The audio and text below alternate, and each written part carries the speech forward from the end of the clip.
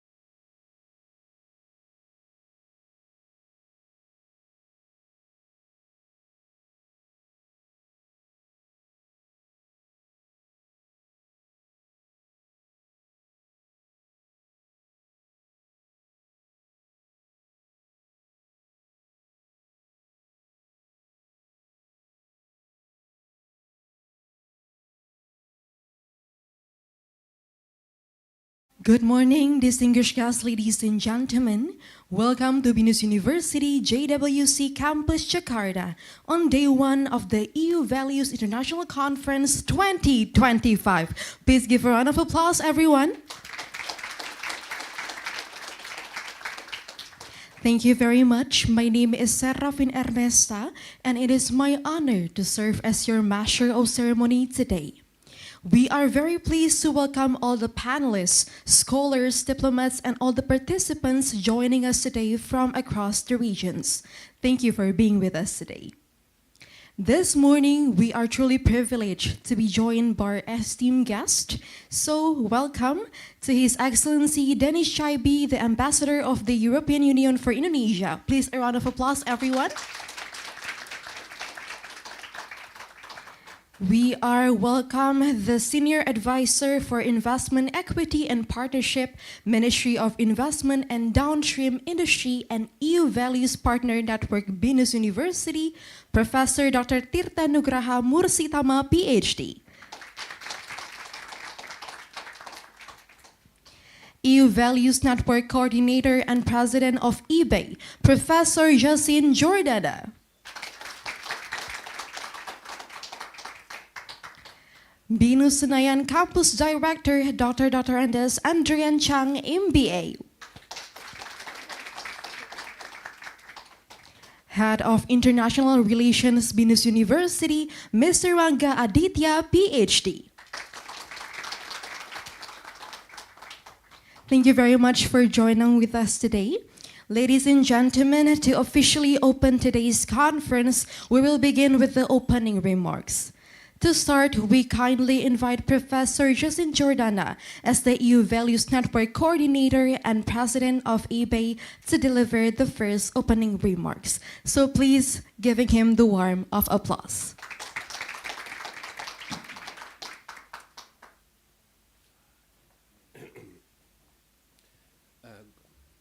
Thank you. Good morning, Mr. Ambassador, authorities, academic authorities of the BINUS University, also the local organizing committee of this conference, all the participants, welcome you for this conference. I think I will be very brief, but just to say that I am very happy to be able to be here and to be able to start this conference organized by the EU Values Network and BINUS University in Jakarta, Indonesia. As you know, the EU Values is a Germanet network funded by the European Commission, and is a network in which there are 21 universities from all parts of the world, meaning from even Africa, Asia, Latin America, North America, Europe, and all these universities are engaged for a period of 3 years to have a number of conferences for discussing, doing reflections, also producing different type of outputs, including posts, videos, conversations, and of course conferences in which we are discussing the role of Europe in the world in our current times, which are very challenging for many reasons, as you know, and we are entering into conversations in different parts of the world with local academic communities with the idea of discussing the challenges that the foreign policy, European foreign policy is having, and also the perceptions from different parts of the world about the role of the European Union. And during the last conferences, the program, this EU Values program, has been now lasted for 2 years. Since now, we have experienced a lot of very interesting conversations and discussions, discussing on the issues like trade and investment in different countries, promoted by the European Union and European Union countries. We also have been discussing issues of sustainability, of regulation and standards. We are now going to discuss in these conferences different things, but in particular issues of the architecture of security in the world, and the role of Europe, and the problems that we are having currently in Europe regarding security. So we are focusing in different topics, but always with the idea that we have to engage in conversations. We have to learn each other's perceptions, ideas, understandings of the problems of the world, and we have, or we want to discuss the role of Europe and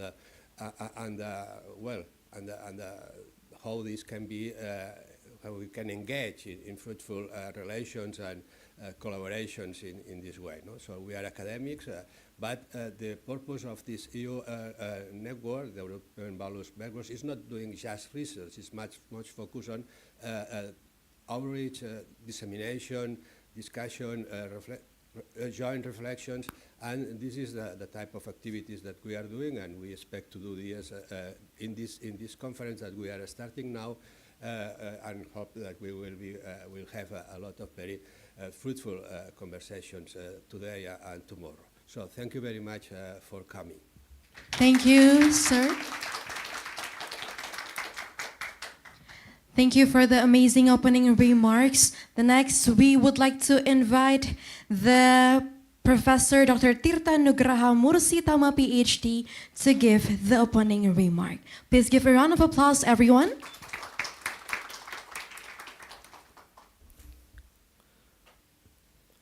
Thank you. Very good morning. Assalamualaikum warahmatullahi wabarakatuh.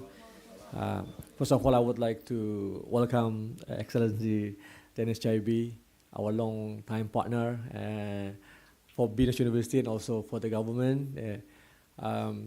Professor Jasing Jordana from IBEI, Dr. Andreas Chang, the Director Campus of Senayan Campus at BINUS University at Senayan Campus, Adam, and everyone here who fly across the continents, finally come to Jakarta. First of all, on behalf of the BINUS University, and also I and Dr. Chang welcome all of you to BINUS University, particularly in JWC campus, one of the central campus out of our more than 13 campuses of BINUS universities across Indonesia.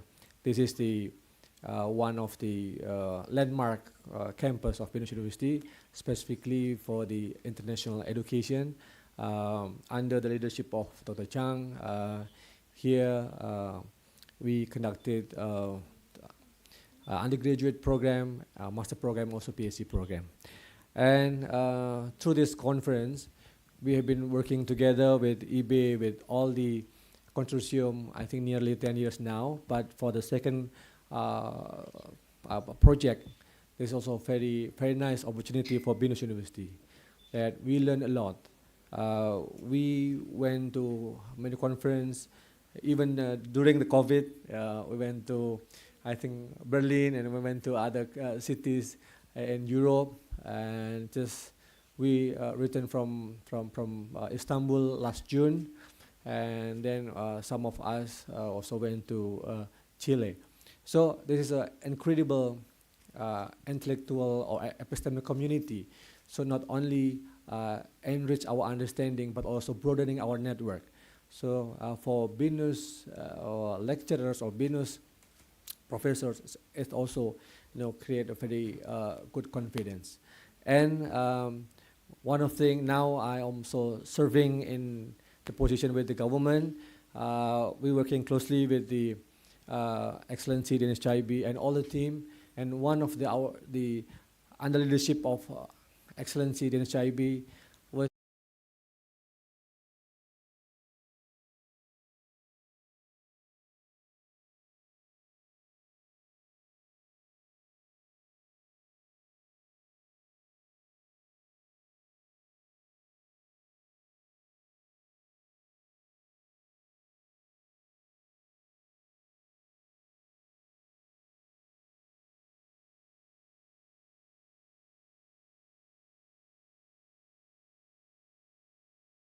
for this discussion in order to strengthen our relationship between Indonesia and EU member states. So hopefully BINUS University can also take a good opportunity to contribute to the strengthening very good relationship between Indonesia and EU.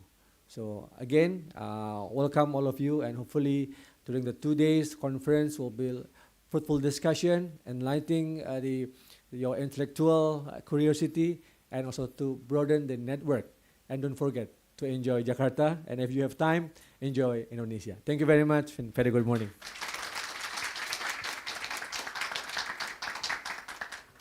Thank you very much, sir, for the amazing opening remarks.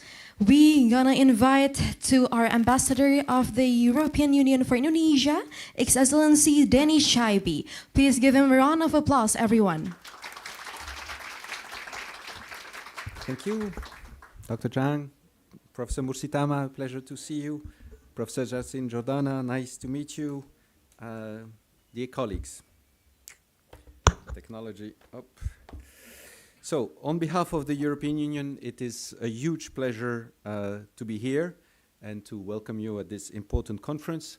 I'd like to start with thanks. Thank you to Masa in our office, who worked a lot on this speech that I'm going to give. If you don't like the speech, don't say anything, but if you like it, you can congratulate her afterwards. But more than that, I would like to thank the organizers, EU Values Network, BINUS University, a strong partner of the EU delegation, and all of you for coming here. I think, having done a lot of academics, it's always interesting to be a scholar, always. But it's even more interesting in times of changes, in times of shift.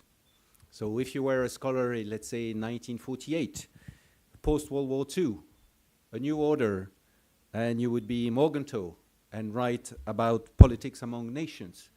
And you would have a classic view that would say that a bipolar world is actually quite stable, as described by Kenneth Wolff a bit later, and that there is merit in a certain balance of power, even though it's far from our ideal.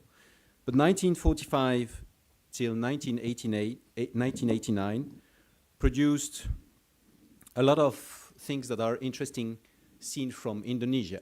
First of all, decolonization. It's an emancipation of a large number of communities. But it's also not only the decolonization, but emancipation in terms of new international relations. And I think that being here in the Bandung Spirit country is utmost important for scholars from European Union to understand what happened between 45 and 89. But still, there were tensions, and there was always the risk of being obliterated by nuclear armament. So then came 89. Fukuyama, the end of history, or Ikenberry, after victory. Well, I think that now that we have a bit of background and perspective, 89 is a story of hubris. It's the story of the hubris of the West, thinking that indeed it's the end of history and that the liberal order and values will triumph without any rival. And that meant no defense of the ideals and the values that had brought this success in 89. So, you know, there was the invasion of Crimea, there was Syria, there was Libya, there was the 2008 financial crisis in the US, and then the Eurozone crisis. And in all that, the big defenders of this new global order didn't use their political capital to defend the values that had brought this. So why am I giving those two periods? Because I think that the 24th of February 2022, if we have to choose a date like 89 or 45, is a new era, is the return of war in Europe. Obviously, we had the dissolution of Yugoslavia, but it was not an international war of expansion. So we are in a new era, and I think that this conference comes at a critical moment. We are really here to discuss what are we doing with the foundations of the international order that have worked so well for so many people for a number of time, but it has not worked for everyone in the same way. So it's precisely in moments like this that a smaller group of people define the narrative. Journalists, academics, feed the political leaders, and have a huge role in shaping the narrative. And how academics shape the narrative now at this time of junction, at this shift, will have repercussions for the next 20 years or 30 years. We are really at a time where we are defining the next decade or more. So how has this narrative been developed? What can we say? The European Union has been unequivocal on the conflict in Ukraine because we know what is at stake for us. And I know that this conference will examine this question very critically.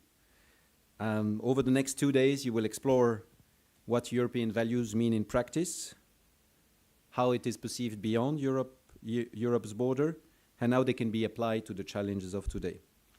And I've looked at the titles of the different panels that will take place in the next 2 days.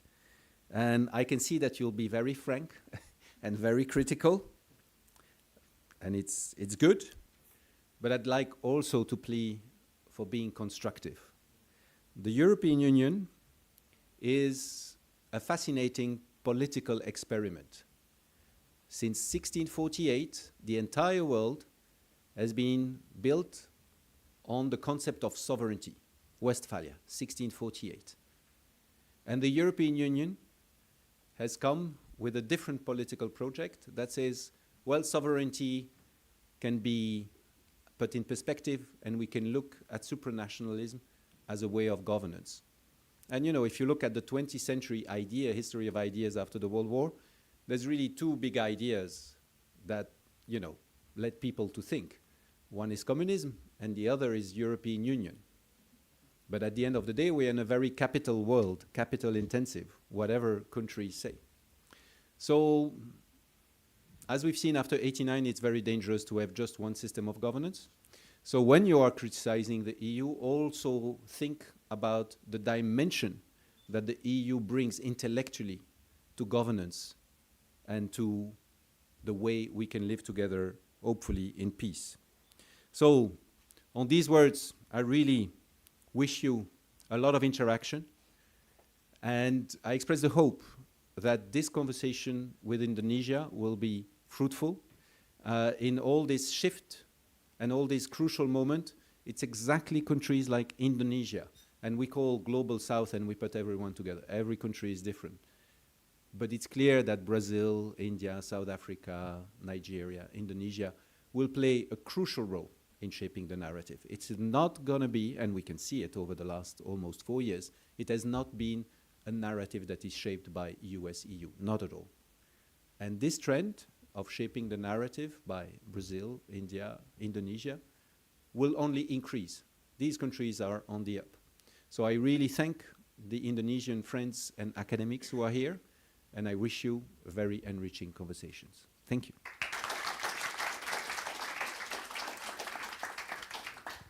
Thank you very much for the insightful opening remarks. Ladies and gentlemen, we will now move forward to the keynote speech session, and the session will be chaired by Dr. Adam Hollish from IBEI. So please welcome and give him a round of applause, everyone. Hello. Good morning, everyone. Very nice to see you. I see also many faces who joined us yesterday during the workshops. I will, a chair is maybe a little bit too much explanation, right? I will just slowly introduce our keynote speaker. Our keynote speaker today is Tadeusz Iwański from the Center of Eastern Studies based in Warsaw, right? And his keynote speech is titled Ukraine. Wait a second. So. I had it completely in my mind, and right now, Ukraine resisting Russia's colonial war for the security of Europe. Right now it's back. It's the jet lag. Sorry, very sorry for that. Right. So it will open today's day number 2, which is connected as Professor Jordana explained already with the questions of the security architecture in Europe. Right. And as the ambassador also said here, we have a new critical juncture, which is the 22 of February 2024, right, with the Russian full-scale invasion of Ukraine. To put it a little bit into context, Ukraine, because Tadeusz Iwański, the keynote speaker, is the head of department responsible for Moldova, Belarus, and Ukraine, right? So your expertise is also coming here. So Ukraine, in the last decades, was on the some of the presidents, some of the political leaders were pushing more to the direction of Russia. Others now had a very European outlook. Now, in the last years, it was very clear that Ukraine wants to take the European way, right? But they are turning more towards Europe. And then the 22 of February was a shock for everyone in Europe, also for the European Union, for many member states, for example, like Germany, which relied, for example, on very cheap energy from Russia. And also this keynote speech, I will feel we explain a little bit these tensions, right? Not only in Ukraine, but also in the Ukrainian, for the European politics. So thank you very much for making the long flight to Jakarta, and welcome.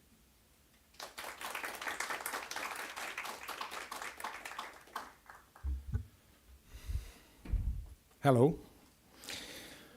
I would like to thank Professor and Adam for the invitation and for having me here. I'm really happy that to meet the people from BINUS University. We had already pretty nice talk yesterday over the dinner. It's not my first time in Jakarta, nor in Indonesia in general. I'm even more than pleased to be back in the city and once again to talk about issues that may seem exclusively European or Eastern European, but actually have global consequences. My first visit was in June. The weather was not very different though, but when I took part in the seminar on Russian disinformation here in Jakarta, that was organized by a Polish NGO called Development Policy Foundation from Warsaw. And I was also in the Northern Halmahera in Tobelo, where we discussed those topics as well. We used an interactive quiz to better reach to the younger audience that is so much immersed into the social media. During that trip, I visited the final phase of the 3-year development project carried out by the same Polish NGO with EU funding, thanks to which the old fish market in Tobelo was renovated, modernized, and adapted to contemporary needs through the installation of the solar panels and ice crusher, which is very important for the fish being sold in the market. I mentioned that not only to highlight this extraordinary hospitality that I experienced everywhere I went, and nor to praise the EU involvement in the projects in Indonesia that provide very concrete support to people in sometimes very remote areas.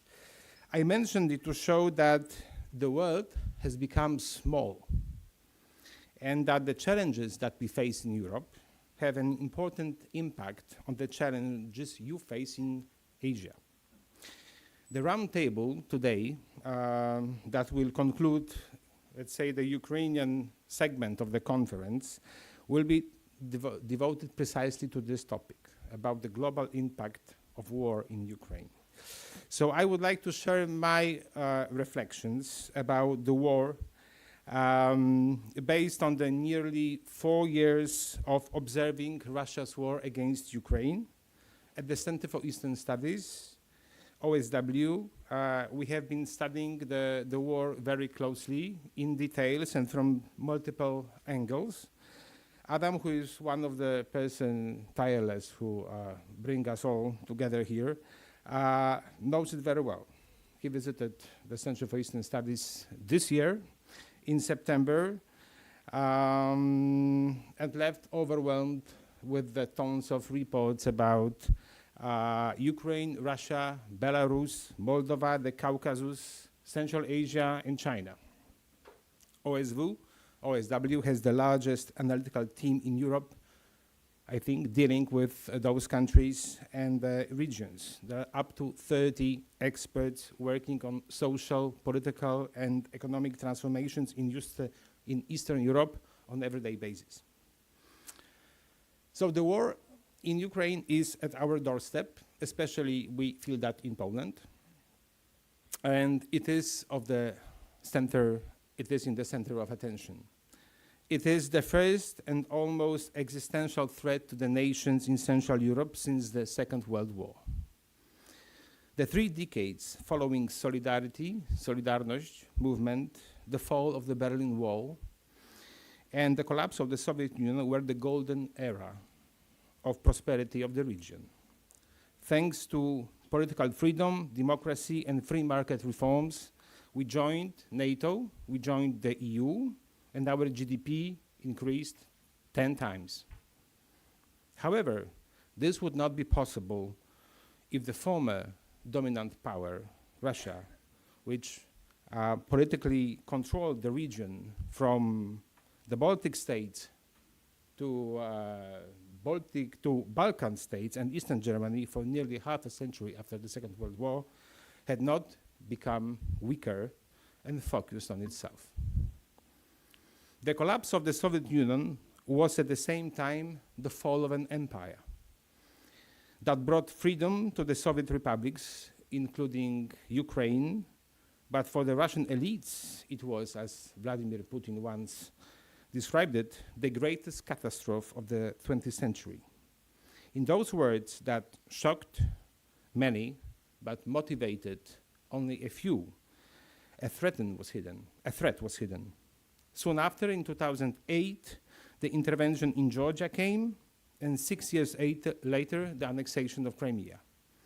The subsequent hybrid and then military actions in Donbass triggered Ukrainian resistance and Russia's war against Ukraine.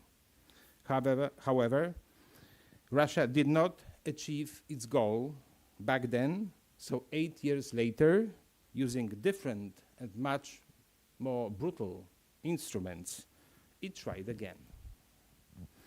The Russian invasion stems from several reasons with different origins, but one seems underpinning and particularly significant. Russia has never accepted Ukraine's independence or the distinct national identity of the Ukrainians. The idea of Ukrainians as a part of the greater, bigger Russian nation has been deeply rooted in Russian culture and ideology, whether in the Tsarist Empire or in the Soviet Union. Minor local differences such as language or customs were acknowledged, sometimes even tolerated. The Ukrainians were called the Little Russians. But in principle, they were seen as part of the great Russian nation. This has not changed in Putin's Russia.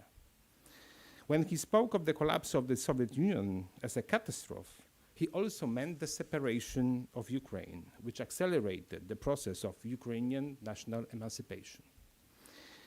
That process continued for nearly 30 years. It was dynamic and not without mistakes, but it consistently strengthened Ukrainians' sense of their own national identity, different from the Russian one. Russia didn't want to accept it, and it concluded that the process could be reversed by trying to discipline Ukraine and bring it under control as if it were a rebellious colony. For years, and not without some successes, it attempted to do this by political means, financing political parties, corrupting elites. But the Euromaidan in 2013, also known as the Revolution of Dignity, when hundreds of thousands of Ukrainians went out to the streets in protest against depriving them from European future, was a watershed moment. Russia could not let it happen. It attacked Ukraine then for the first time. The tactical goal was to block Ukraine's move towards the West. The strategic goal was to rebuild an empire, something that could not be achieved without at least political control over Ukraine. The so-called Minsk agreements of 2014 and 2015 that concluded first Russian aggression against Ukraine were intended by Moscow to become instruments of Ukraine's political subordination through its federalization. A controlled Donbass as a consistent constituent entity within Ukraine, federal Ukraine, was supposed to be granted powers to block Ukraine's movement towards the EU. The plan failed, however, and the Ukrainians became increasingly integrated with Europe.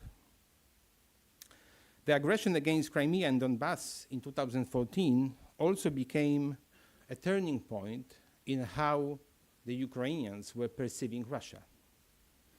The use of brutal force shattered the myth of cultural unity between Russians and the Ukrainians, a belief that still some Ukrainians back then held.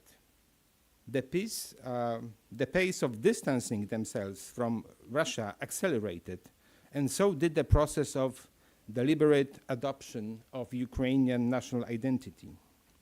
The full-scale invasion in 2022 cemented this trend as irreversible. There can be no sense of community with a nation that has shed blood of hundreds of thousands of Ukrainians on the front line, bombed hospitals and apartment blocks, and murdered civilians in the streets of Bucha, Irpin, and Mariupol. Russia lost Ukrainian hearts and minds for ages, if not for good. Therefore, what we observe in Ukraine for the last 4 years almost is a deliberate, one-sided Russia's aggression to conquer Ukraine and turn Ukrainians into Russians by force. It is not a conflict between two equally responsible parties. Neither it is a defensive war of Russia, as it likes to repeatedly, as it tries to demonstrate. Yes, after 2014, the proportion of Ukrainians favoring NATO membership grew, and after 2022, that support stands at around 80%, but there has never been a chance for Ukraine to become a member of NATO, due as the US and some European partners never agreed to that. So there was no NATO expansion on Ukraine or NATO threat against Russia. Russia misread the political situation in Europe or just used it as a pretext. That brings me to another issue I would like to stress on. Russia's full-scale invasion takes place in Ukraine, but it is not about Ukraine, or at least not only about Ukraine. Russia has much greater ambitions and does not hide them at all. It is transparent about its goals and communicates them pretty openly. In December 2021, 3 months before the invasion, the Russian MFA issued 2 ultimatums, one to the US and one to NATO. There were, in fact, demands to change the security architecture in Europe by turning Central Europe into a buffer zone and Eastern Europe into Russian zone of influence. In practice, they foreshadowed the invasion of Ukraine, though only few anticipated that the scale will be that enormous. Thus, Ukraine, for Russia, is only a first step, not limited to Donbass or the southern cities such as Zaporizhia or Kherson that you can sometimes come across in the media. The strategic goal of Russia in Ukraine, like in 2014, is a political control over the entire country to make Ukraine a vassal, another Belarus. It is an attempt to turn back the clock, re-Russify Ukrainians, and rebuild the empire. Ukraine's goals are much more modest. As a victim, not the aggressor, it seeks to recover what has been taken away. Ukrainian victory in this war will mean defending its statehood, defending independence, securing freedom, preserving the possibility of integration with the EU. The stakes are existentially high, and neither side is ready to make fundamental concessions. This is why Ukraine still fights, because the war is about the survival as a nation and as an independent state. Ukraine hasn't lost this fight. Against almost all odds, the Russian public statements and propaganda, this does not correspond to the real situation. Let me give you a few insights into the war reality in Ukraine. Despite daily shellings of civilian infrastructure, including energy facilities, society and business have adapted to new conditions. In most buildings, basements have been turned into fully equipped bomb shelters. In larger cities, all metro stations serve as bomb shelters too. Long, sometimes up to 20 hours per day, interruptions in electricity and heating supplies are compensated by the diesel generators. Small ones are installed in private apartments, larger ones in shopping centers, cinemas, and public offices. Diesel is still there. In the streets you can smell the exhaust. Noise is tremendous because of the generators, but life goes on. Trains operate more punctually than in Poland and Germany. The internet is working, the banking system is working. The state and society undergo the silent digital revolution with all social services being accessible via one single app. I've been to Ukraine twice this year, and I try to make the experts that work in my team to be in Ukraine at least once for 3 months.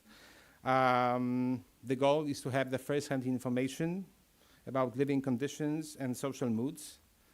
So what is our assessment is that Ukraine is exhausted.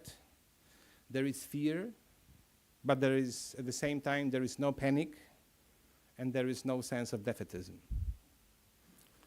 The bad news is that Ukraine lacks manpower, especially on the front line. But this can be at least partially compensated by creativity and technological innovations. What is worrying is the unfavorable dynamics on the front. The Russians have the initiative on every sector of it, both in the east and in the south. And the pace of territorial gains is faster than it was a few weeks ago, or even a few months ago. Still, it is not yet fast enough for Russia to quickly achieve its territorial objectives. It is worth recalling, so far the Russian army has not occupied the territories that the Russian parliament illegally annexed or recognized as Russians 2 years ago. These are the parts of 4 oblasts, like Donetsk, Luhansk, Zaporizhia, and Kherson, that are still under Ukrainian control. Russia pretends that it is not waging the war against Ukraine, that this is the special military operation. Neither that is true, I think, as Russian propaganda claims, that the negative effects of 4 years of fighting do not exist. I think they do exist. Sanctions work.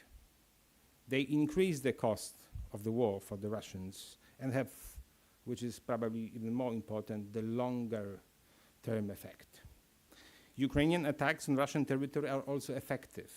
Russian society feels fuel shortages and shrinking social benefits. There are heavy losses among the personnel, with hundreds of thousands of Russian soldiers killed, and creating unrest among the families and relatives. Tensions are rising within the Russian elite due to the worsening of the economic situation. They are not critical, but cracks are evident. Summing up, well, Ukraine holds. The situation is difficult, but it is not critical. Why? Someone can ask, why is it still possible that Ukraine is defending itself? Well, Russia, as the biggest country in the world, with population 4 times bigger than Ukrainian population, with the GDP before the war 10 times bigger than Ukrainian, I think Ukrainian resistance and resilience is a combination of few factors. In a nutshell, this is the stamina and the high morale of the Ukrainian people, that the fact that they are defending the country, not conquering another.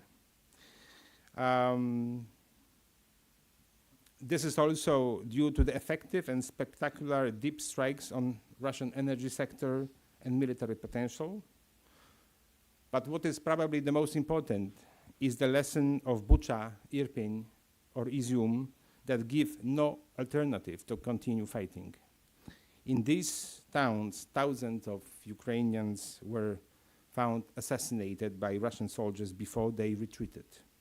It is, I think, very strong vaccine for the Ukrainians against any hopes of peaceful cooperation after the surrender. Among those who have experienced Russian rule, a particularly striking example are the Crimean Tatars, the indigenous Muslim population that has lived on the Crimean Peninsula for centuries. Some of them have fallen victim to repressions, Russian repressions, 2 times in their life. The first time was after the World War II, when under the false accusation of allegedly mass collaboration of Tatars with the Nazi Germany, they were brutally deported to Central Asia, mainly to Uzbekistan. During perestroika in the late 80s, they began to return, and after the collapse of the Soviet Union, more than 200,000 of Crimean Tatars came back to the peninsula. The second time came 70 years later, after Russia's annexation of Crimea, when several thousand decided to leave the peninsula out of the fear and of the new, but still well-known authorities. They were right. The repressions against Crimean Tatars were massive. The number of political prisoners has been rising year to year. Now this is almost 150 Crimean Tatars are recognized as political prisoners. There are also troubling cases of unexplained disappearances. Since 2014, around 50 people, mainly vocal Crimean Tatars activists, have vanished without a trace. The memory and experience of the Crimean Tatars have become the part of a DNA of the modern Ukrainian nation. For these reasons alone, Ukraine cannot agree to accept Russia's maximalistic plans. These plans remain unchanged because Russia assumes that victory is within reach, that a few winter months of massive attacks on Ukrainian energy infrastructure will be enough to break Ukrainian society and to impose terms of capitulation. The resolution of this war is not easier now simply by the fact that President Trump is putting efforts to resolve it. For a year in office, his administration seems not to have learned those simple facts that a deal is not possible in this moment. In last weeks, we have been observing another wave of active diplomacy. American envoys were traveling all around the world, meeting with the Russians, meeting with Ukrainians, trying to find a common ground between both parties. Yesterday, President Zelensky was in London and Brussels to coordinate with partners vis-à-vis Trump's peace plan. The Ukrainians, they cannot antagonize, they cannot afford to antagonize the US and offend Mr. Trump again after the Oval Office quarrel in February. So they stand ready to discuss any proposal, no matter how bad it could be for them. They experienced this art of a deal a few times already during this year, and I think they learned how to be constructive in resisting it. The Russians, on their end, are doing everything they can to inspire the Americans with the idea that the pressure on Ukraine to capitulate is the best option. This was the case with the initial 28 plans, 28-point plan that was introduced last month. Kind of an accompanying idea is to disguise Mr. Trump with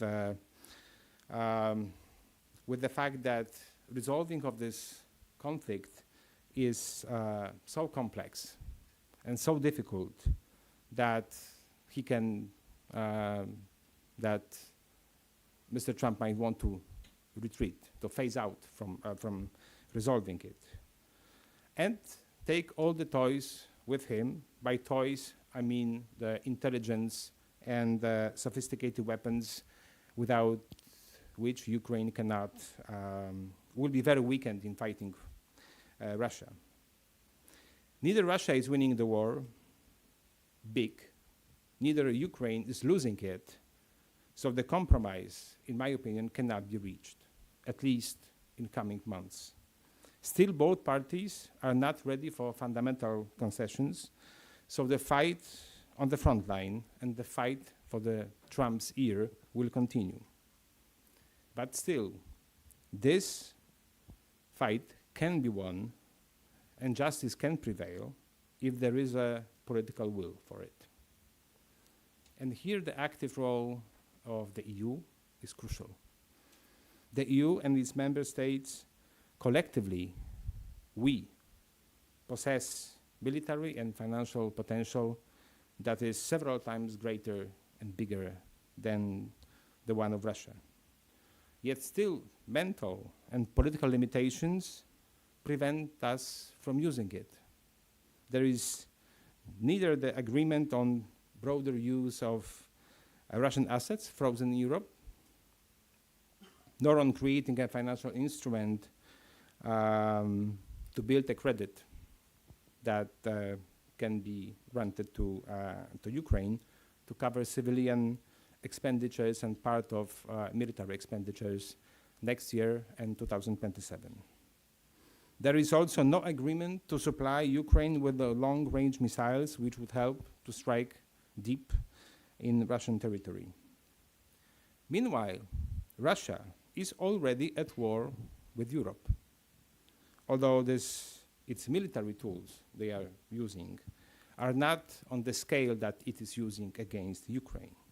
In Poland, in September this year, dozens of drones violated our airspace. In the Baltic Sea, regular acts of sabotage occur, such as cutting cables, for example. Estonia's airspace is regularly breached. Cyber attacks, psychological operations, mass disinformation in the social media, the so-called active measures, long part of Russian arsenal, are now being used on unprecedented scale. The broader geopolitical implications of the war, this is my understanding, will be discussed today during the roundtable.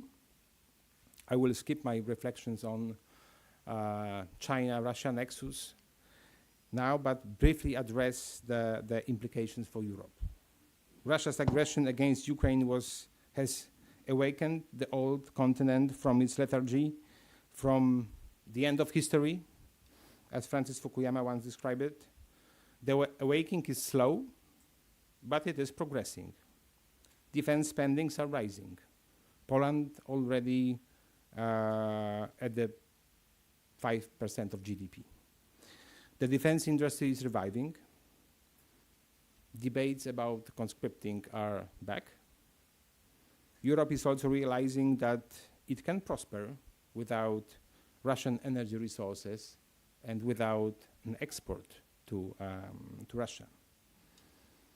Political and trade decoupling, although gradual, is happening and weakening Russia. But time is critical. Moscow knows that the situation is not in their favor in the short and in the longer term. Major global trends like demographics or green transition, they work against Russia. That is why it is pushing for a quick victory in Ukraine and seeks to impose its security arrangements in Europe to secure the best possible pole position for the necessary transformation in the future. Ukraine and Europe, on their side, are also trying to negotiate best possible conditions of a ceasefire before Russia attacks again. There are no doubts that it will happen. In EU countries, not only on the so-called eastern flank, like Poland, the Baltic states, Finland, or Romania, there is a growing recognition that the fighting Ukraine is buying time for us. Security situation in Europe changes dramatically. Russia steps in, US steps out. We, yesterday, probably some of you came across the new national security strategy of the US, and this is the perfect example how the US will be phasing out from Europe. The world as we know it for the last 3 decades is gone, and the new one is only in the making.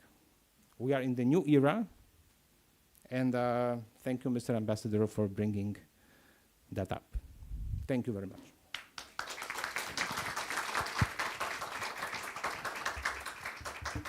Thank you very much, sir, for the amazing keynote speech. Now I would like to invite all the esteemed guests to go in front to take a group photos together. Please, we invite all the esteemed guests. We would like also to add the keynote speakers to give photos together.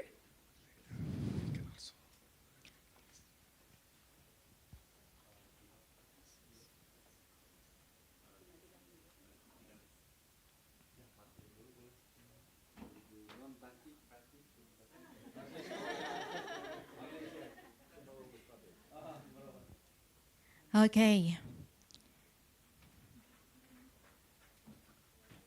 Okay. First photos here. Oh, yeah, please step up together. I'm sorry. Yes. Thank you very much.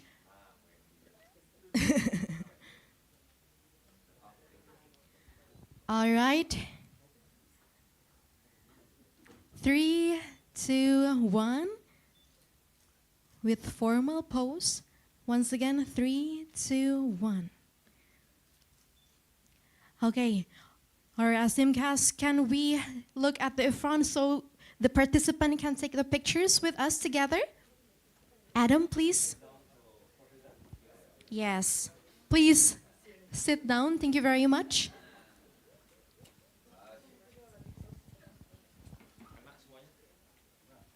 Okay. Please give your best smile, dear participants and our esteemed guests. Okay, 3, 2, 1. Once again, 3, 2, 1. Okay, thank you very much for today's session.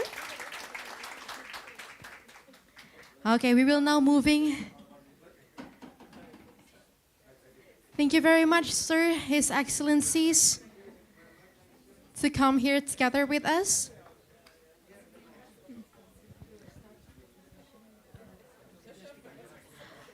All right, dear ladies and gentlemen, after this, we will have a bit of coffee break, and after that, we will also the session of a panelist and also Q&A session of the keynote speakers.